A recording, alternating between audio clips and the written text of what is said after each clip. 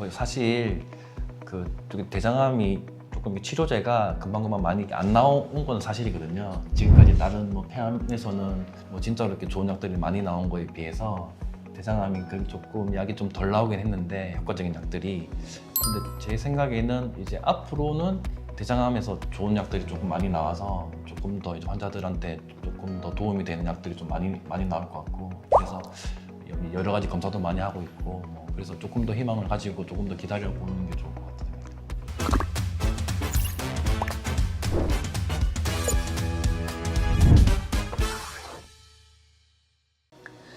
안녕하세요. 저희는 대한종양내과학회에서 직접 만들고 운영하고 있는 그 암이 알고 싶다입니다. 저는 성빈센터병원 종양내과의 김현호입니다. 오늘 직장암의 두 번째 주제로 항암 치료와 관련된 내용을 다뤄보고자 합니다. 오늘도 도움을 주실 두 분의 교수님을 모셨습니다. 소개 부탁드리겠습니다. 네, 안녕하십니까. 저는 분당 서울대병원 종양내과에서 근무하고 있는 김진원입니다.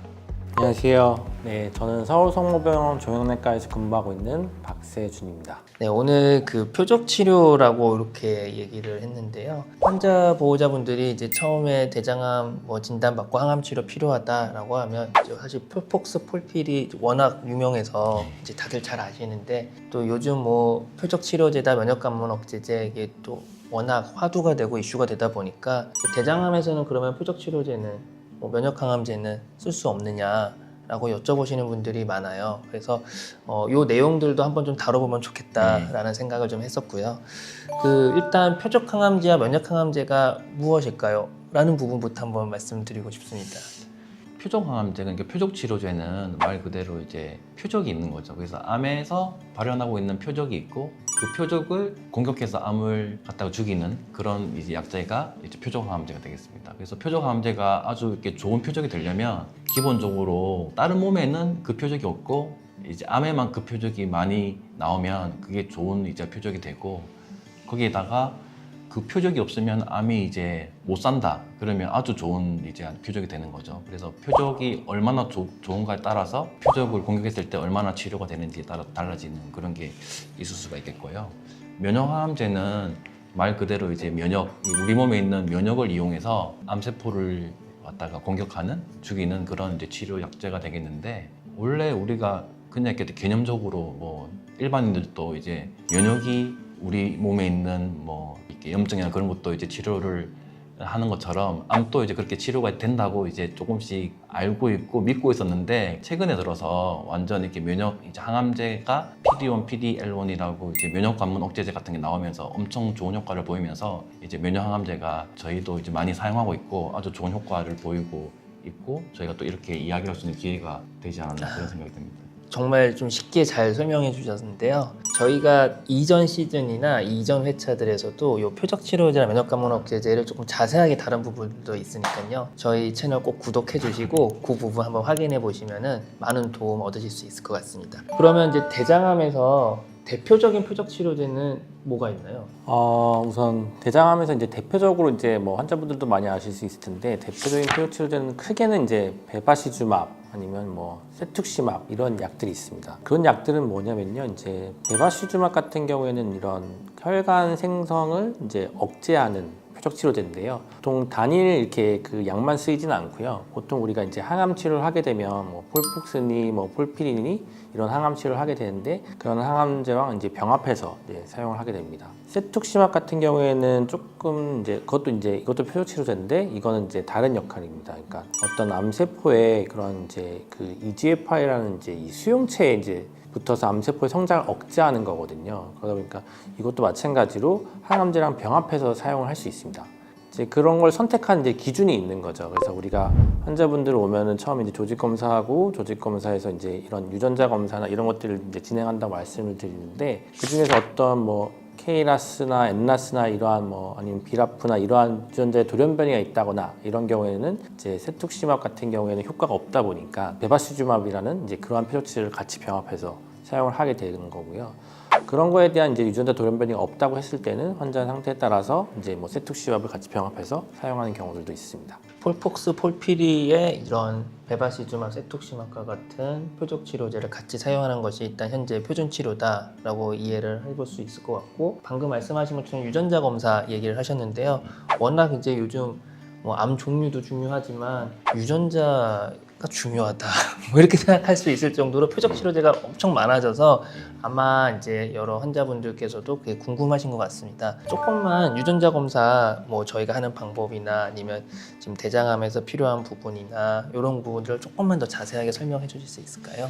그래서 원래 저희가 최근에 이제 많이 이제 하고 있는 이제 유전자 검사가 이제 NGS라고 해서 우리가 이제 흔히 많이 이제 암 표적이 될 만한 이제 뭐 여러 가지 그 유전자 돌연변이가 이 환자한테는 어떤 유전자 돌연변이가 있는지를 저희가 한 번에 이제 테스트하는 검사가 요즘에 많이 이제 이용되고 있고요. 저희 병원 같은 경우도 이전에는 각각의 조금씩 우리가 이제 궁금하던 걸 조금씩 이제 했었는데, 지금은 아예 그냥 이제 NGS라는 그런 그 판넬로 이제 한 번에 검사를 다 진행하고 있습니다. 기본적으로 여러 가지 이제 뭐 라스 뮤테이션이 있고 없고를 따라서 저희가 세투시맙을 쓰고 안 쓰고 그런 것들도 이제 결정을 할 수가 있고, 뭐 허투 같은 것도 이제 유전자 레벨에서 이제 그게 올라가 있는지, 그리고 비라프 뮤테이션이 있는지, 그 외에 그 암종을 가리지 않고 이러한 유전자 돌연변이나 유전자의 이상이 있으면 쓸 수 있는 약들이 있거든요. 그런 약들의 대상이 되는지를 해서 조금 이렇게 적극적으로 이제 찾고 있는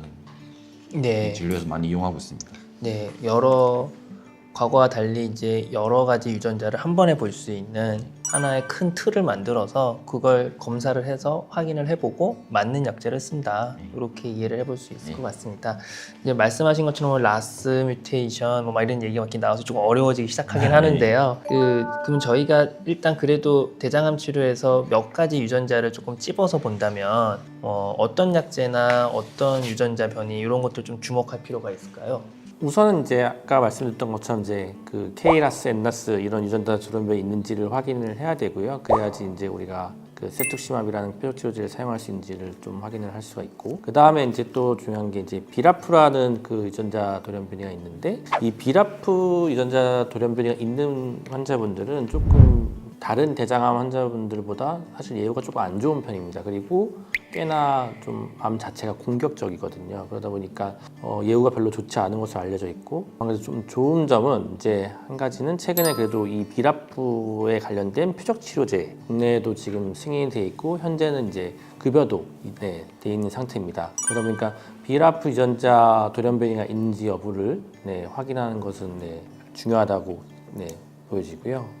그럼 혹시 그 말씀하신 것처럼 이제 라스 뮤테이션에 따라서 세툭시맙 사용, 그다음에 비라프 뮤테이션에 따라서 비라프 관련된 억제제, 또 다른 표적 치료제 사용, 그다음에 최근에는 뭐 K라스에서 또 새로운 표적 치료제가 나왔다고도 하던데요.